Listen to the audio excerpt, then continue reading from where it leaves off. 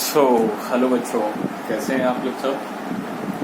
I think you all would be fine today and आप मुझे जानते ही हैं, पहचानते ही हैं, है ना? चलिए हम लोग शुरू करते हैं इस चैप्टर को, जो हमारा पहला चैप्टर है, दैट इज पहला चैप्टर बोल रहा हूँ यार, कोल एंड पेट्रोलियम।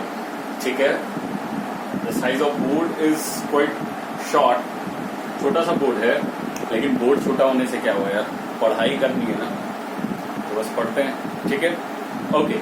इससे पहले क्लास में let us recall the things. इससे पहले क्लास में हम लोगों ने क्या क्या पढ़ा था? मेटल्स एंड नॉन मेटल्स के सारे डाउट्स क्लियर हो गए होंगे आई थिंक। तो एक चैप्टर हमारा जो सबसे इम्पोर्टेंट और सबसे बड़ा चैप्टर था वो हम लोगों ने खत्म कर दिया है ना? चलिए, अब हमारा नेक्स्ट चैप्टर है coal and petroleum. Coal and petroleum, अच्छा कुछ कुछ लगता है कि पता नहीं क्या चीज है, सोचता हूं थोड़ा मैं। देखो, आपको पता होगा एनर्जी। एनर्जी क्या होता है भाई? जो मैं बोलूं उन चीजों को आप लिख लोगे, ठीक है? लिख लेना इज मोस्ट इंपॉर्टेंट थिंग। ये तो एनर्जी क्या होता है? आप लोगों ने बचपन में पढ़ा होगा, energy is the capacity to do work. There are various forms of energy, जैसे कि हीट एनर्जी है, लाइट एनर्जी है, विंड एनर्जी है, सोलर एनर्जी है, वेरियस टाइप्स ऑफ एनर्जी। ठीक है, तो उसमें से हम लोग स्पेसिफाई करते हैं एक एनर्जी को, दैट इज हीट एनर्जी। ठीक है, हीट एनर्जी में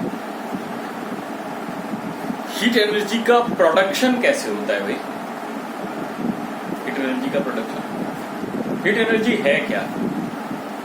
कुछ मतलब कि एनर्जी पता है, एनर्जी को पढ़ लिए हैं, heat is a form of energy. Heat energy का प्रोडक्शन कैसे होता है? तो किसी भी चीज में अगर फायर कैच कर ले, किसी भी चीज में अगर फायर कैच कर ले तो वहां पर किसी एनर्जी का प्रोडक्शन होता है। जब कोई चीज जलता है and it turns to ashes, इसका मतलब है कि वहां पे क्या, वो जल के जो ऐश बन रहा है, फायर कैच करने के बाद जो चीज ऐश में तब्दील हो जा रहा है, तो यहां पर जो ट्रांसफॉर्मेशन के बीच में जो एनर्जी इवॉल्व हो रहा है, जो एनर्जी बाहर निकल रहा है, दैट इज हीट एनर्जी, है ना? जो एनर्जी हम लोगों को प्राप्त हो रहा है, that is heat energy. And sometimes heat plus light energy also, क्योंकि आग जलता है तो रोशनी भी होती है ना? ओके, तो क्या है, इसी हीट एंड लाइट में ये हीट का प्रोडक्शन जो होता है, तो किसी चीज के जलने से हीट का प्रोडक्शन होता है ना? आई am repeating the things and I am emphasizing on this very sentence कि किसी चीज के जलने से हीट का प्रोडक्शन होता है। किसी चीज के जलने से हीट का प्रोडक्शन होता है। अच्छा, तो कोई चीज जलता कैसे है? कौन जलाता है भाई? कैसे जल जाता है? और कौन जलता है? जलने वाला कौन सा पदार्थ है? जलने वाली चीज को क्या बोलते हैं? क्या एक कोई स्पेशल कैटेगरी है जो जलने के लिए ही बना है? ये सारा क्वेश्चंस है। ओके, तो इन क्वेश्चंस को आप देखिए, हम लोग थोड़ा ध्यान देते हैं इन क्वेश्चंस पर। क्या है कि जो ये हीट एनर्जी है ना बच्चों, कोई भी चीज जब जलता है, जलता क्या है? ये जो जलने वाला सब्सटेंस है, दैट इज फ्यूल। कौन जलता है? फ्यूल्स, है ना? फ्यूल्स। कोई भी चीज जल रहा है, अच्छा जल रहा है अगर, तो आखिर ये जलना होता क्या है यार? मैं भी अभी तक कंफ्यूज हूं कि ये जलना क्या होता है। Catching of fire, catching of fire is simply burning. If something catches fire, it is said to be burning. ठीक है, it is recognised, it is accepted to be burning, है ना? कोई भी चीज अगर जल रहा, कोई भी चीज अगर फायर कैच कर लिया है, तो इसका मतलब है कि वो जल रहा है। फायर कैच कर लिया है तो जल रहा है, लेकिन हम लोग ओकेजनली या फिर अपने डेली के रिक्वायरमेंट के हिसाब से हम लोग किन चीजों को जलाते हैं, कुछ कुछ स्पेसिफिक चीजें। जैसे आप खाना बनाने के लिए सबसे ज्यादा जो इम्पोर्टेंट चीज है that is heat energy, heat. उस हीट एनर्जी का प्रोडक्शन हम लोग कहाँ से करवाते हैं? हमें जो उस हीट एनर्जी की जरूरत है वो हीट एनर्जी कहाँ से मिलता है हमें? वो हीट एनर्जी हमें मिलता है एलपीजी से, जो सिलेंडर्स होता है ना। ओके, गाँव में अभी भी लोगों को आप देखते होंगे कि वो गाय का गोबर होता है, गाय का काउ डंग केक्स, उसका हिंदी में बोला जाता है गोईठा। सॉरी, वो हिंदी में उसको क्या बोला जाता है? गोईठा। तो गोईठा बना के उससे लोग खाना बनाते हैं, ठीक है। बहुत लोग सूखी लकड़ियां, जो लकड़ी सूखी हुई होती है उनको मतलब उन लकड़ियों को जला के उससे जो हीट प्रोड्यूस होता है उससे खाना बनाते हैं, ठीक है ना। तो लकड़ी हो गया, हम लोग एलपीजी यूज कर रहे हैं तो एलपीजी हो गया, काउडन केक्स हो गया। अच्छा, और क्या चीज यूज होता है? तो कोयला, कोल। तो बच्चों, इतना उल्टा सीधा बात इनिशिएट करने का, चूंकि चैप्टर थोड़ा सा अलग हटके है, ठीक है ना। एब्सोल्यूट केमिस्ट्री नहीं है, मतलब थोड़ा सोशल केमिस्ट्री ऐसा है, तो मुझे बात भी थोड़ा सोशली करना होगा, समझ रहे हो ना। थोड़ा सोशली हम लोग बात करते हुए चलेंगे आगे। तो देखो बच्चों, तो अभी हम लोगों को फिलहाल इसके बारे में पढ़ना है, कोल, ठीक है। Coal and then petroleum, coal and petroleum हम लोग पढ़ रहे हैं अभी। तो फ्यूल्स को देखो, वैसा चीज जो जल के बहुत ज्यादा मात्रा में हीट प्रोड्यूस करे, इतना हीट प्रोड्यूस करे जिससे कि हमें जिस चीज की जरूरत है वो फुलफिल हो जाए।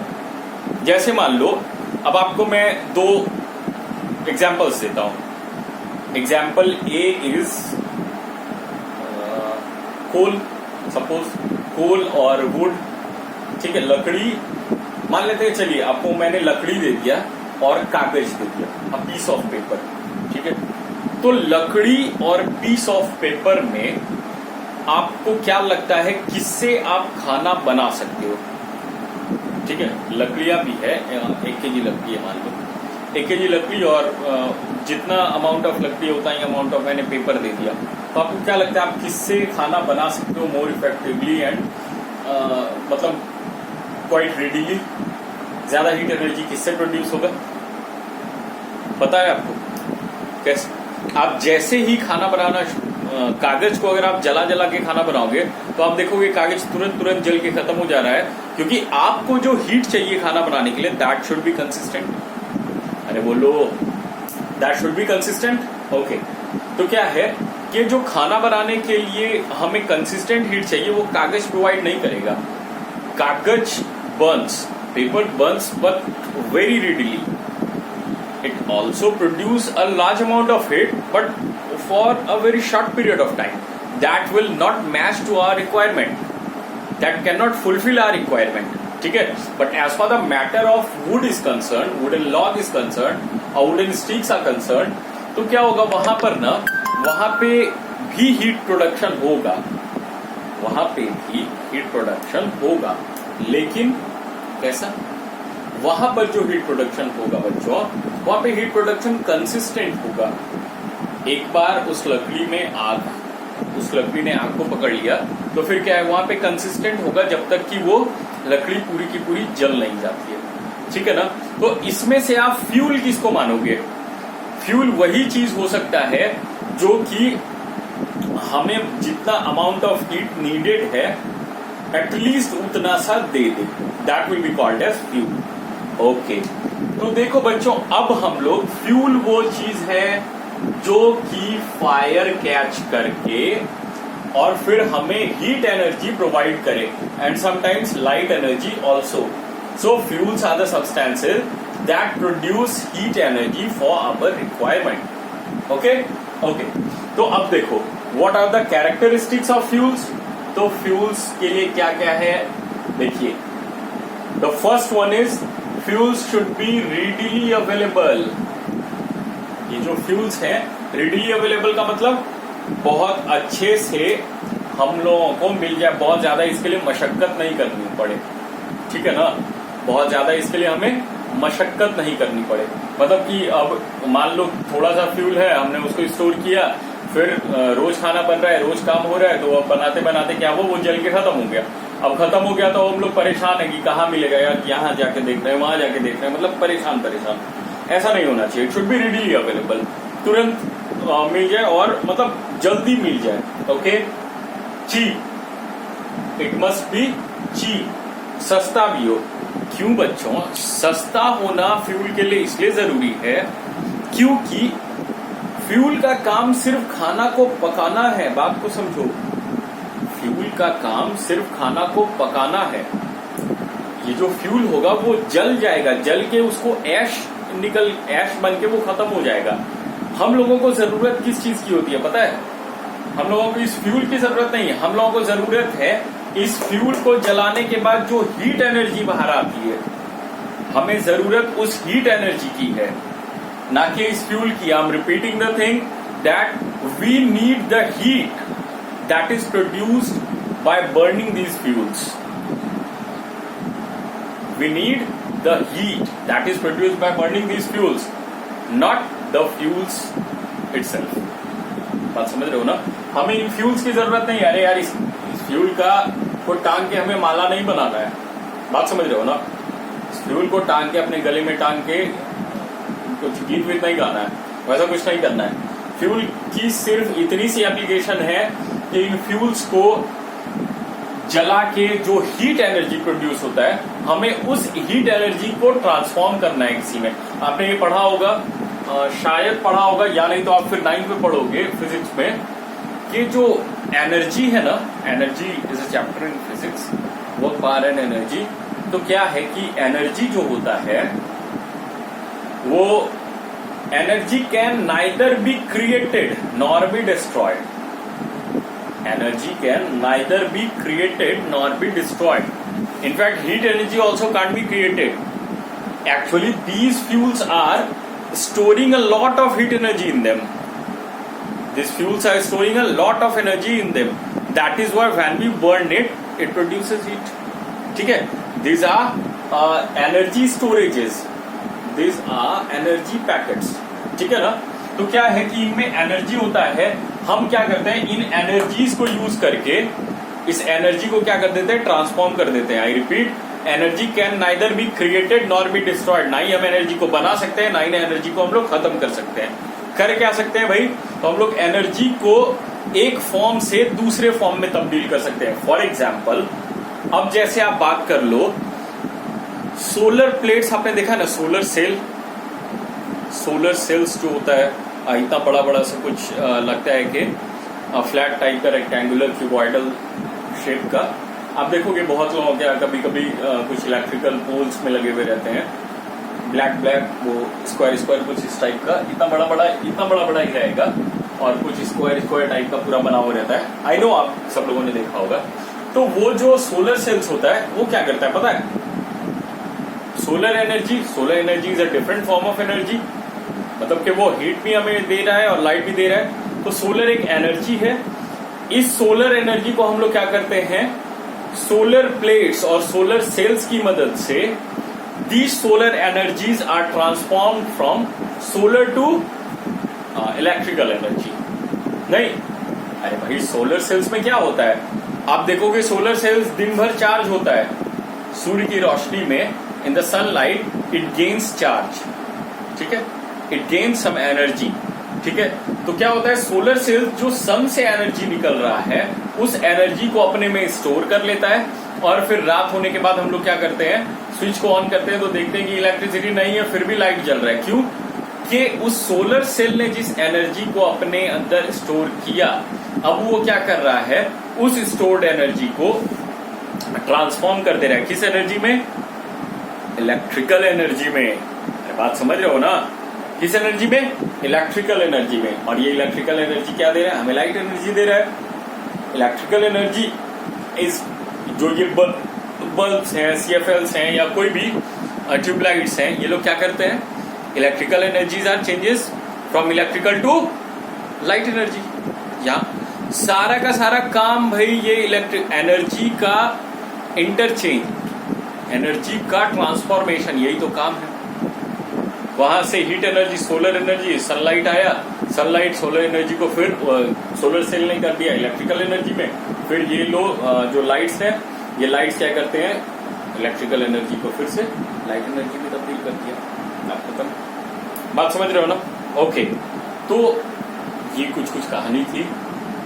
अब आप लोग सबसे पहले लिखो fuels. What are fuels? What are fuels? What can be the definition of fuels?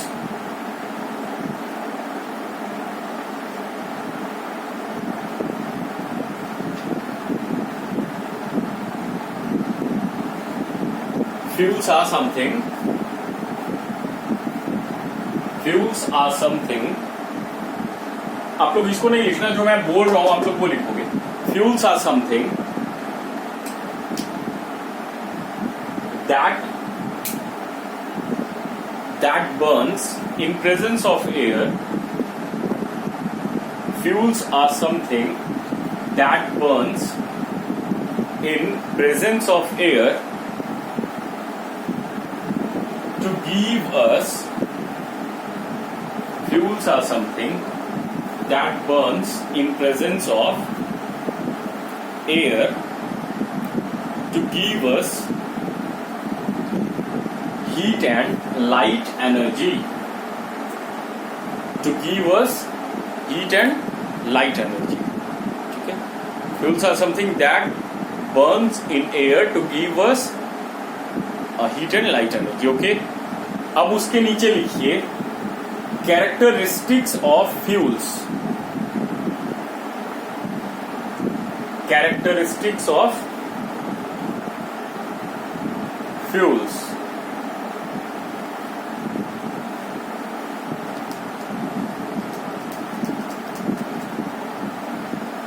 First one, it must be readily available.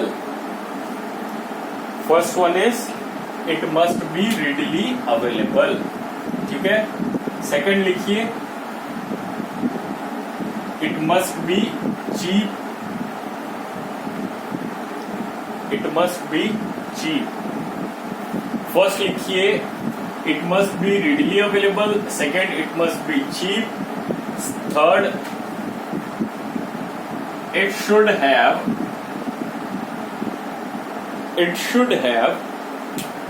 a lower ignition temperature. It should have a lower ignition temperature.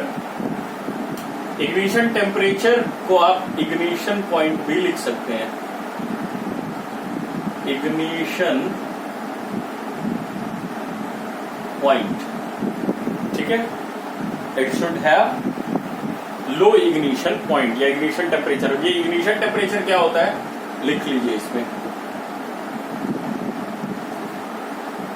Ignition point, ये ignition point क्या होता है?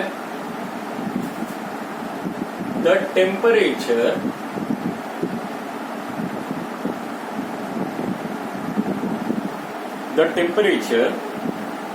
at which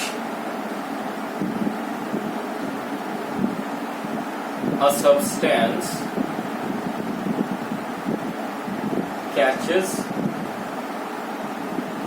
fire. चलिए लिखिए, इस चीज को लिखिए।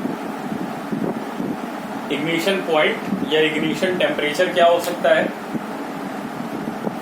द टेम्परेचर एट विच, देख लीजिए यहाँ, the temperature at which a substance catches fire. ठीक है, बात समझ में आ गई? वो टेम्परेचर, वो पॉइंट ऑफ टेम्परेचर जहां पर पहुंचने के बाद किसी चीज में आग लग जाती है। अब मेरे इस बात को थोड़ा ध्यान से समझना बच्चों, ये जो इग्निशन टेम्परेचर होता है ना, आई थिंक मैंने आप लोगों को पहले भी बताया होगा पिछले क्लासेस में, क्योंकि आप सब लोग तो मेरे साथ काफी समय से जुड़े हुए हो, तो मैंने बताया ही होगा, लेकिन मैं फिर से इस चीज को रिपीट कर दे रहा हूं अभी ऑनलाइन क्लास में, कि सपोज करो आपको फिर से मैंने एक इतना बड़ा सा वुडन लॉग दे दिया है, ठीक है, इतना बड़ा सा वुडन लॉग, इतना बड़ा इतना मोटा सा वुडन लॉग दे दिया है, और आपको मैंने एक न्यूज़पेपर दे दिया है, जो न्यूज़पेपर डेली न्यूज़पेपर जो सबके घर पे आता है वो मैंने दे दिया आपको। तो आप मुझे ये बताओ कि एक माचिस की तिल्ली से आप किसको जला सकते हो, उस वुडन लॉग को या फिर उस न्यूज़पेपर को? एक माचिस की तिल्ली से आप उस वुडन लॉग को जलाओगे या फिर उस माचिस की न्यूज़पेपर को या वुडन लॉग को? ऑफ कोर्स आप न्यूज़पेपर को ही जलाओगे, है ना? क्यों? क्योंकि बच्चों न्यूज़पेपर का जो इग्निशन टेम्परेचर होता है वो बहुत कम होता है, और वुडन लॉग का जो इग्निशन टेम्परेचर होता है वो काफी ज्यादा होता है, इतना ज्यादा कि एक माचिस की तिल्ली उतना अमाउंट ऑफ हीट प्रोड्यूस नहीं कर पाएगी। बात समझ रहे हो? देखो, किसी भी चीज को आग पकड़ लेने का ना एक बड़ा सिंपल सा फंडा है। फंडा क्या है कि आपने एक माचिस की तिल्ली को जलाया, उसमें से कुछ फायर निकल रहा है, ठीक है? वो फायर क्या है? फायर है कि वहां पर वो हीट को प्रोड्यूस कर रहा है, तो वो हीट जो प्रोड्यूस हो रहा है वो certain amount of heat produce करेगा। एक माचिस की तिल्ली में लोगों को पता होता है कि कम और बेस हर माचिस की तिल्ली में उतना ही, मतलब पॉइंट माइन्यूट सा डिफरेंस हो सकता है, लेकिन नहीं तो आप अगर देखो तो हजारों लाखों माचिस की तिल्ली में सब में ऑलमोस्ट इतना ही अमाउंट ऑफ हीट प्रोड्यूस होगा, क्योंकि जब जितना देर आग रहेगा उतना ही हीट तो प्रोड्यूस कर पाएगा ना भाई। एक तो जितना अमाउंट ऑफ फायर रहेगा उतना ज्यादा हीट प्रोड्यूस करेगा, और वो जितना देर तक रहेगा उतना ज्यादा हीट प्रोड्यूस करेगा, है ना? तो माचिस की तिल्ली इतनी बड़ी होती है, हाँ, इतनी बड़ी, ज्यादा से ज्यादा। और क्या? और उसके बाद फिर क्या है उसमें कि अमाउंट ऑफ हीट भी बहुत कम प्रोड्यूस होता है, क्योंकि फ्लेम भी इतना सही होता है। अरे जितना ज्यादा फायर होगा उतना बड़ा फ्लेम होगा, जितना बड़ा फ्लेम होगा उतना ज्यादा हीट प्रोड्यूस होगा, जितना छोटा फ्लेम होगा उतना कम हीट प्रोड्यूस होगा। तो एक वुडन लॉग को जला देने के लिए क्या होता है ना कि उसको बहुत ज्यादा हीट की जरूरत होती है, उतनी हीट की जितना कि एक माचिस का तिल्ली हीट प्रोड्यूस नहीं कर पाया। लेकिन जो न्यूज़पेपर है, न्यूज़पेपर का आप एक शीट ले लो, तो वो एक शीट क्या है, उसको माचिस के तिल्ली से जितना सा हीट एनर्जी प्रोड्यूस हो रहा है उतना ही काफी है उस एक शीट ऑफ न्यूज़पेपर को जलाने के लिए। जलाने में क्या होता है ना, जैसे आपने माचिस की तिल्ली को जलाया तो उसमें से फायर निकला, फ्लेम निकला, ये एक हीट निकाल रहा है अपने से। उस हीट को आपने क्या किया, किसी और चीज के कांटेक्ट में ला दिया। जैसे ही आप कांटेक्ट में लाते हो तो क्या होता है ना कि वो जो फ्लेम है वो फ्लेम एक्चुअली अपने हीट को किसी और बॉडी में ट्रांसफर करना शुरू करता है। 1-to-1 transference. फ्लेम से क्या होता है, हीट ट्रांसफर होना शुरू हो रहा है कागज में, न्यूज़पेपर में, शीट ऑफ पेपर में, ठीक है? तो क्या होगा वहां पर कि वो धीरे धीरे, पहले ये प्रोसेस फास्ट होता है लेकिन मैं आपको बहुत धीरे समझा रहा हूं कि धीरे धीरे करके पहले न्यूज़पेपर क्या था, रूम टेम्परेचर पे था। अब उस न्यूज़पेपर में क्या हुआ कि हीट एनर्जी जाना शुरू हुआ। तो किसी का भी एक कैपेसिटी ही होता है ना यार, किसी भी चीज को रखने का। आपके पास मैंने एक बड़ा सा डब्बा दे दिया, ठीक है, और मैंने बोला कि इसमें आप 50 लीटर पानी भरो। इतना बड़ा सा डब्बा है और 50 लीटर पानी भरो, क्या भर पाओगे? नहीं। वो क्या होगा, हो सकता है 5 लीटर या 10 लीटर आ जाए या 15 लीटर आ जाए, 20-25 लीटर तो नहीं आ पाएगा। इतना बड़ा सा ही डब्बा है तो उसमें 20-25 लीटर तो आएगा नहीं। और मैंने 50 आपको देने के लिए बोला है, 50 लीटर, क्या होगा, ओवरफ्लो हो जाएगा, है ना? तो वही वहां पर भी सिमिलर थिंग है। कोई भी चीज अगर आग पकड़ रहा है, किसी भी चीज में फ्लेम आ गया, किसी भी चीज में फायर कैच हो गया है, तो इसका मतलब क्या है ना कि वहां पर जिस एक सब्सटेंस से दूसरे सब्सटेंस में हीट ट्रांसफर हो रहा था, वो हीट की एक कैपेसिटी थी, उस सब्सटेंस की एक कैपेसिटी थी कि मैं इतना हीट ही ले पाऊंगा। जैसे उस डब्बे की कैपेसिटी थी कि मैं इतना ही वाटर को कैरी कर पाऊंगा, उसी तरह से उस सब्सटेंस की भी एक कैपेसिटी होती है कि मैं इतना ही हीट अपने अंदर ट्रांसफर कर पाऊंगा। लेकिन अगर उससे ज्यादा दिया जा रहा है तो क्या होगा, तो फिर जो मेरे अंदर का हीट है, जितना सा मैं अब तक बियर कर पा रहा हूं, जब तक मैं टॉलरेट कर पा रहा हूं तब तक तो ठीक है बात, लेकिन जब मेरे लिए वो इनटॉलरेबल हो जाएगा तो फिर क्या होगा, ओवरफ्लो हो जाएगा। जैसे 15 लीटर के बाद पानी उस डब्बे से ओवरफ्लो होने लगा, उसी तरह से मेरे अंदर जब हीट रखने की क्षमता या फिर किसी भी सब्सटेंस के अंदर जब हीट को बियर करने की क्षमता खत्म हो जाएगी और आप लगातार फिर भी हीट दिए जा रहे हो, तो क्या हो जाएगा, बिल्कुल पानी की तरह वो भी ओवरफ्लो हो जाएगा। तो जैसे ही ओवरफ्लो होता है तो क्या होता है, ये जो फ्लेम था जो माचिस की तिल्ली में लगा हुआ था, अब वो फ्लेम कहाँ चला गया, पेपर के पास चला गया, है ना। और पेपर के पास चला गया तो पेपर क्या है, जलना शुरू हो जाता है, और जितना अमाउंट में जितना क्वांटिटी में जलेगा उतना ज्यादा फ्लेम बढ़ता है। ठीक है, आप वही सोचो ना कि एक माचिस की तिल्ली जला रहे हो तो इतना सा फ्लेम आ रहा है, इतना बड़ा सा माचिस का तिल्ली है तो इतना सा फ्लेम आएगा। अगर वही 10 माचिस की तिल्ली को एक साथ जलाओ तो देखो बहुत ज्यादा दूर तक फ्लेम आएगा, बहुत देर तक रहेगा, है ना। तो उसी तरह से जो शीट ऑफ पेपर है, लेकिन वुडन लॉग को जो जलने के लिए जरूरत है उतना हीट एनर्जी वो दे ही नहीं पाता है। लेकिन आप देखना कि आप जहां पर भी उस माचिस की तिल्ली को लगाओगे उतने बड़े से वुडन लॉग में, जहां पर भी किसी एक यूनिट एरिया पे ही लगेगा वो, तो जहां पर भी उसका फ्लेम लगेगा देखना कि वो पार्ट गर्म जरूर हो जाता है।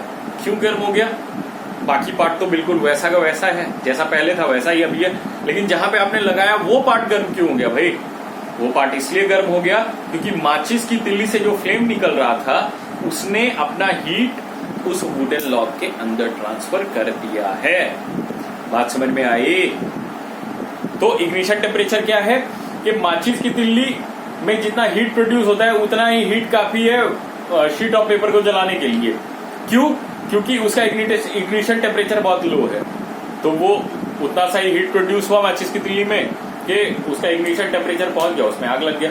वुडन लॉग का इग्निशन टेम्परेचर बहुत ज्यादा है, इसलिए उसको जलाने के लिए बहुत ज्यादा आग चाहिए, बहुत ज्यादा आग चाहिए और बहुत कंसिस्टेंट, बहुत ज्यादा हीट चाहिए। तो वो क्या होगा, आप लगातार किसी चीज से उसमें आग लगाते रहो तो फिर धीरे धीरे वो आग पकड़ेगा। After a continuous supplying of heat, then after few not few moments, after some times ago it will catch an absolute fire। समझ में आई। ओके, तो चलिए बहुत बात हो गई। readily available, cheaper, it should have low ignition temperature, high calorific value। ये calorific value क्या होता है, कैलोरिफिक वैल्यू बताता हूं बच्चों। ये जो कैलोरिफिक वैल्यू है ना, ये आप देख रहे हो मैंने यहां पे लिखा हुआ है हाई कैलोरिफिक वैल्यू। ये जो कैलोरिफिक वैल्यू है ये होता क्या है, 1 kg किसी भी फ्यूल को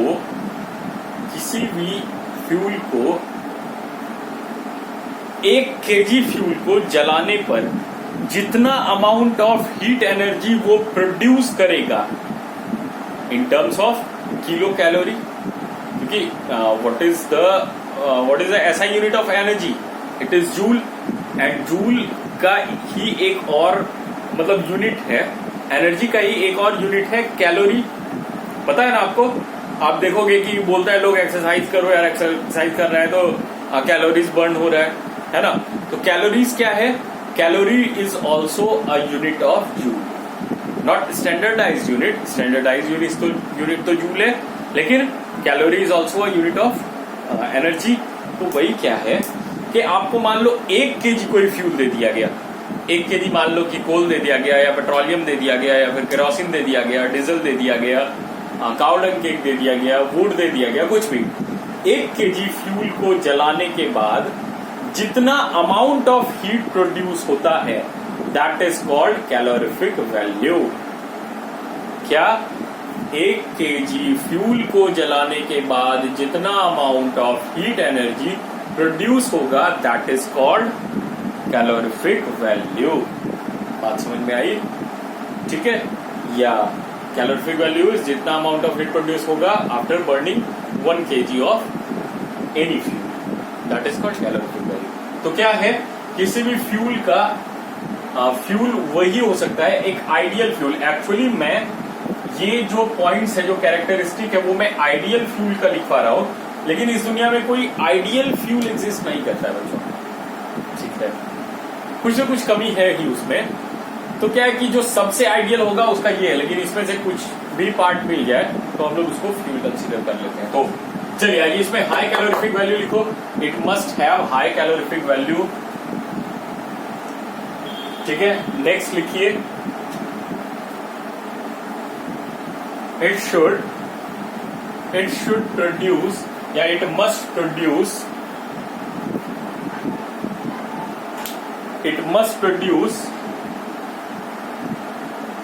very low amount of residue after burning. It must produce very low amount या quantity of residue after burning. ठीक है, ओके। नेक्स्ट लिखिए it must produce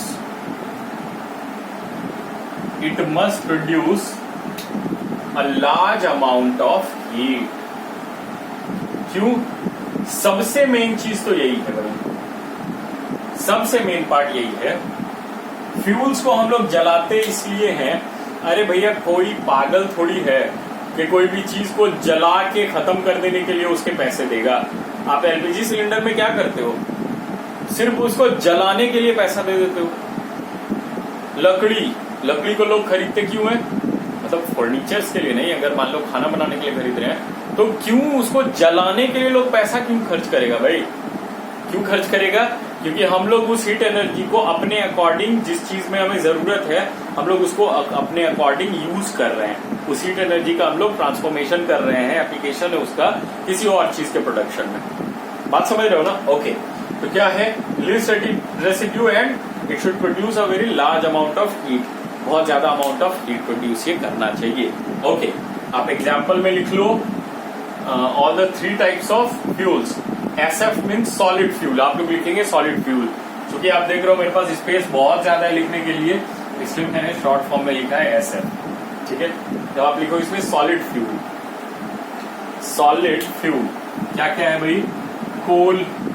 कोयला, Coke, also type of Coke भी एक कार्बन का ही टाइप है, आपने देखा होगा। मैंने नहीं देखा है, मतलब मैंने देखा है लेकिन मैं आपको बता नहीं सकता हूँ कैसा होता है। कोक भी आप समझ लो ना कि वो जलने के काम पे आता है। ठीक है, ओके। वुड के बारे में आपको पता है, पाउडर केक्स मतलब गोईठा एक्सेट्रा। लिक्विड फ्यूल्स में आ जाओ। What is that? Petroleum, the first one is petrol, then kerosene, then diesel etcetera. उसके बाद आ जाओ गैशियस फ्यूल पे, LPG, CNG, biogas etcetera. What is the full form of LPG बच्चों? The full form of LPG is liquefied petroleum gas. Okay, spelling is liquefied, LIQUIFIED,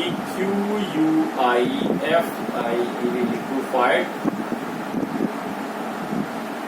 petroleum gas, liquefied petroleum gas। ठीक है, और what is the full form of CNG?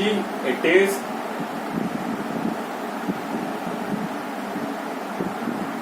compressed natural gas। लिख लो, compressed natural gas। चलो लिखो तो फटाक से।